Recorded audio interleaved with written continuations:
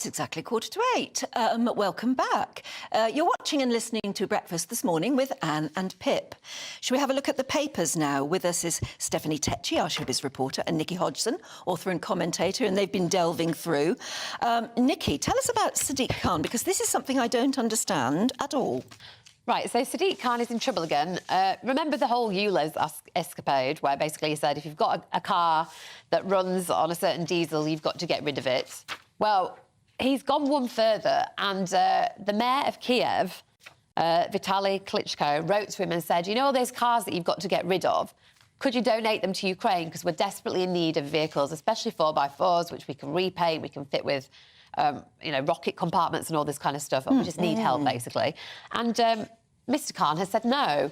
And the reason he said no is because he says there's some kind of weird legal thing that won't allow him to do that. Oh, surely there's a way around that. I mean, there's a very good reason for Ukraine needing these cars. Absolutely. And the thing is, these cars belong to individual people. It's their decision where the cars go. They should have the power. I actually think somebody should just set up a charity and say, give us your cars, we'll send them over. We'll do just it, ignore what he's saying. Is there some politics underlying this? I mean, is Sadiq Khan not in favour of supporting Ukraine? It doesn't make any sense if you think about him being, left-leaning liberal. I mean, surely he should be wanting to end the war in Ukraine. Doesn't everybody want to end the war in Ukraine for the sake of Europe and the world? And the thing is, what are these cars going to do? They're just going to sit in a scrapyard and that's it. Yes, I mean, apparently you get £2,000 if they're scrapped, so it would be up to the individual. But, I mean, I don't know. I bet there's lots of people that would be happy to give their cars to Ukraine. I don't understand why he I think it's a really, really odd story. And it's just, again, an example of him being so out of touch with the public about what they actually want to do. It's a very odd one for him. I've really gone off him over the past few years. Stephanie, let us pull apart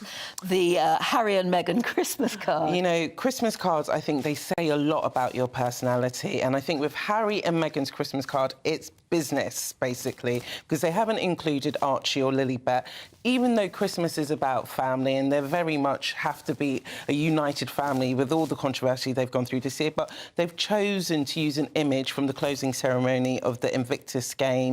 They've kept it very brief. And this is a stark contrast to William and Kate's card, which came out last week, where it was black and white. It featured all of the children. So I think Harry and Meghan are planning big business for their Archwell Foundation. I don't like either of them. Don't you?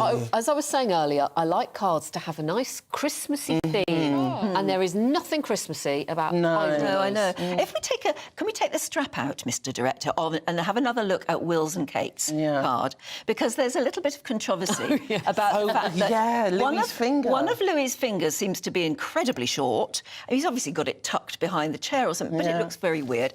And also, William's lost one of his legs, and so it appears has Kate, because you see the chair on which little Charlotte is sitting.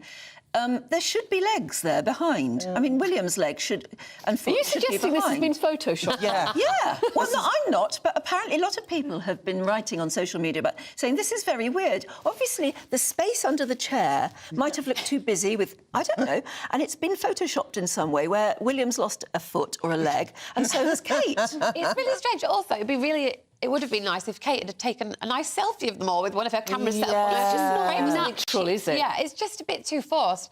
I mean, and the other picture is obviously, I mean, in my eyes, a Christmas card from a desperate couple who need to drum up business because they're going broke. That's what it seems like. They've got no work in the pipeline. There's nothing family about that, or festive, or and it's just self-celebratory. It's like it's a bit smug. Yeah, I don't like it at all. So I think in 2024 they probably Meghan's alluded recently that they do have a lot of business deals coming up for next year. So I think they need to. They've been losing a lot. Their foundation's lost a lot of money. Is it the Hollywood Reporter, or what I think that's has pointed out that they are amongst the top 100 losers or something in America? I felt that was a bit raw. But Meghan's been very quiet, hasn't she, this year? So I suspect she's a clever woman. There's a lot going on behind the scenes. She's going to launch her blog next year. She's going to launch her Goop-style blog, so where she'll be giving us all lifestyle tips. Oh, how lovely.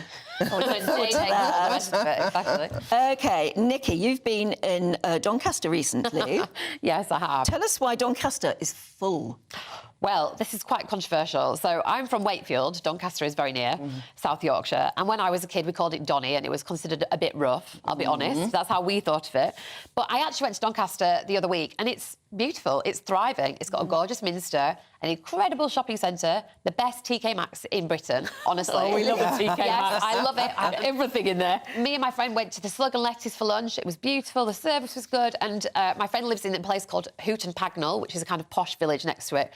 We call it Snooton Pagnell because it's kind of got like a private house that Ellie Goulding got married in. Oh. Anyway, this is the backstory to the fact that the Don Valley MP, Nick Fletcher, who is a Conservative, has gone on some lengthy tirades about immigration in Doncaster and has just basically said Doncaster is full in the House of Commons. Now, actually, Doncaster isn't that full. I mean, 94.7% of the population are white, and they're only about 10% of people were born in another country. So actually, if you look at those statistics compared to a lot of different towns, it's not heaving with immigrants. I mean, did you feel like you were stepping on people when you were there? Not at all. It was quiet as when I was there, actually. So he's sort of whipping up a frenzy. He's kind of whipping up a frenzy. You know, there's lots of Romanian and Polish people who have been there for long time now, 10 years. Their kids are in schools. What the problem is that, you know, Doncaster was a mining town, and once the mines closed, nobody invested in it. And they've just announced some levelling up money for it, but it's absolutely tiny. I mean, in the past 10 years, it's lost the equivalent of £109 million in funding. Well, you sold it very well to us. Yeah. I know. Well, I'm a fan now of Doncaster. But sadly, we have to go to a Christmas tree that's been spoiled. Yeah. By whom? The last generation. So they are a sister of Just Stop Oil. And they've been funded by the Climate Emergency Fund. We should have a video of them spraying several different Christmas trees in Germany, and they've targeted over 7 cities, including Munich and Berlin. Proper Christmas trees in the town square or whatever, and they've chosen to do this. Spray painted it If you're listening orange. on the radio, they're spraying a beautiful big tree in what looks like a shopping mall. They're just spraying it with orange paint. And they've said... And that's a rotten thing to do. And they put on Twitter, we're racing full speed towards catastrophe, and our governments are failing miserably to pull the emergency brake in Dubai. We can say 2023 has just been... These protesters have just wrecked a lot of things this year, and they're showing no signs of slowing down.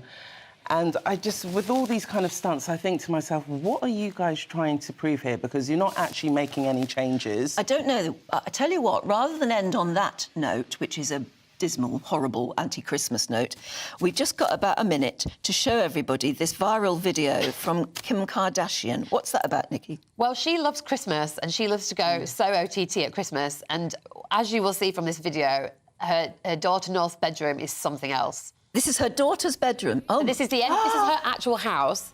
This is the entry. Oh, there's North singing and dancing. This is what you call ostentatious. I mean, it is over the top. Oh, yeah, but wouldn't you love to do it? I love it. If you've got that much money, though, I don't know if you'll see her bedroom, but basically in her bedroom, she's got 6 Christmas trees. One of them is pink with little handbags on. Of course. I love She's got a sign saying North Pole above her bed, which is actually quite cute. But, I mean, yeah, I mean, it's all the money in the world. And you know that Kim Kardashian, in the mornings in let's December... follow her. Oh, no, we can't follow her into her bedroom. In the mornings of December, she employs a pianist to play Christmas tunes from about 5 a.m. so that the whole household wakes up. Do you know, I would do that. Yeah, I probably would. I probably would. Here, I think we can't hate on them, because I think if we all had the money, We'll we would do the see you same. on the other side of the weather and